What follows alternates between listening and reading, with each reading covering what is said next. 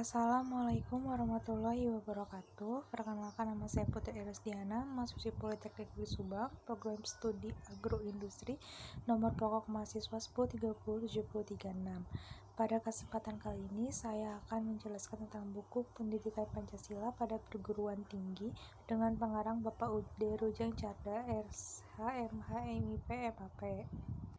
Tugas Resum Pendidikan Pancasila pada Perguruan Tinggi oleh Bapak Dr. Ujang Carda, SH, MH, MIP, MAP.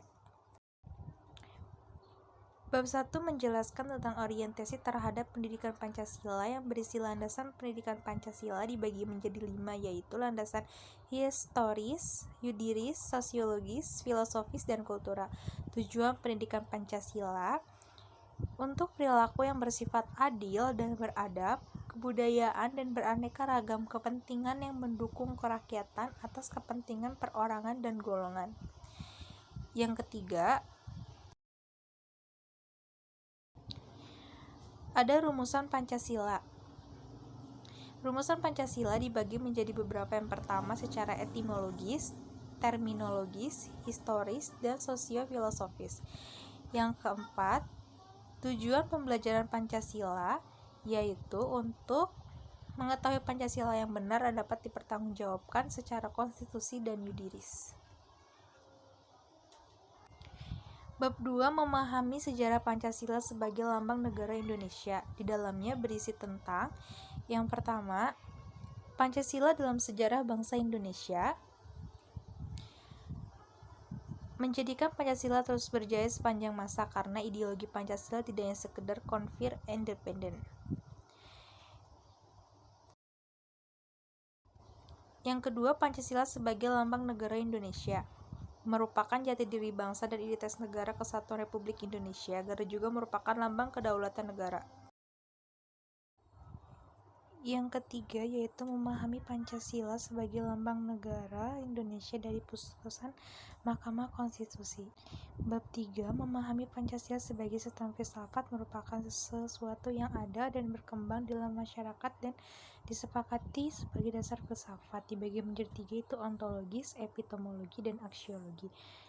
Pengertian filsafat dalam bahasa Yunani memiliki arti peradaban, kata falsafah Arab psikologi. Bab 4 memahami Pancasila sebagai sistem nilai etika dan norma. Di dalamnya menjelaskan pengertian nilai etika dan norma. Nilai adalah sifat yang melekat pada suatu objek. Etika merupakan tingkah laku yang berdasarkan aturan-aturan moral, dan norma adalah objek yang material mempersoalkan sebagaimana di kondisi manusia. Yang kedua, Pancasila sebagai nilai fundamental bagi bangsa dan negara merupakan suatu nilai yang bersifat sistematis, fundamental, dan menyeluruh.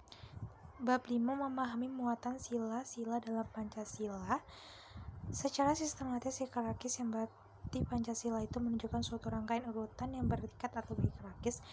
Muatan dalam sila-sila Pancasila berketuhanan yang Maha Esa dan kemanusiaan yang beradab, serta persatuan Indonesia, kerakyatan dipimpin oleh 4 kebijaksanaan dalam permusyawaratan perwakilan, serta keadilan sosial bagi seluruh rakyat Indonesia. Setiap sila Pancasila memiliki nilai yang relasi. Bab 6 memahami Pancasila sebagai ideologi bangsa dan negara. Makna ideologi bagi bangsa Indonesia sebagai ideologi negara memiliki putusan Mahkamah Konstitusi, yang dimana bangsa Indonesia pun memiliki ideologi yang berlandasan Pancasila. Hal ini ditunjukkan untuk meningkatkan harkat dan martabat, serta senantiasa melindungi hak manusia, yang dimana sebagai pembentukan negara di belahan dunia. Ideologi juga memiliki banyak nama seperti ideologi separatisme, liberalisme, konservatif, dan komunisme. Kedudukan fungsi Pancasila juga sangat bermakna tentang kehidupan bangsa Indonesia, seperti pandangan hidup, kepribadian, ideologi dasar, sumber dari segala hukum, serta sebagai cita-cita tujuan filsafat hidup bangsa Indonesia. Bab 7 memahami demokrasi Pancasila dibagi menjadi 4 periode, yaitu parlementer, era Orde Baru, dan reformasi. Prinsip yang digunakan sesuai dengan cita-cita hidup berkelompok pada UUD 1945. Bab 8 memahami hak dan kewajiban asasi dalam Pancasila. Di dalamnya berisi sejarah perkembangan hak asasi manusia dibagi menjadi dua, yaitu setiap manusia memiliki hak dasar seperti hak hidup dan hak dasar. Yang kedua, istilah pengertian hak asasi manusia. Istilah hak asasi diperkenalkan oleh Roosevelt ketika Universal Declaration of Human Rights dirumuskan pada tahun 1948. Hak asasi manusia adalah hak yang dimiliki setiap manusia yang telah diperoleh dan dibawa bersamaan dengan kelahirannya di kehidupan masyarakat. Yang kedua, macam-macam hak asasi manusia menurut Miriam Budiarjo dibedakan menjadi 7. Yang pertama, hak kebebasan, hak kedudukan, kebebasan berkumpul, kebebasan beragama, atas hidup penghidupan yang layak, kebebasan berserikat, hak atas pengajaran. Bab 9. Memahami Pancasila dalam sistem ketatanegaraan Indonesia. Arti Pancasila dalam kedudukan dan pembukaan UUD 1945 serta kedudukannya dan hubungannya yang ada serta strukturnya. Di dalamnya menjelaskan bahwa semua sila yang ada menjadi fundament kehidupan bangsa Indonesia, batasan kita untuk hidup berbangsa dan bernegara. Bab 10. Refleksi Pancasila sebagai paradigma reformasi dalam kehidupan bermasyarakat, berbangsa dan bernegara.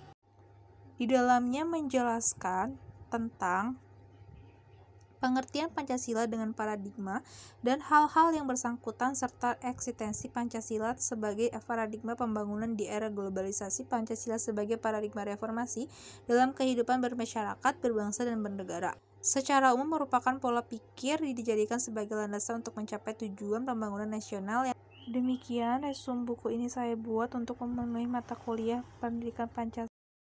Wassalamualaikum warahmatullahi wabarakatuh.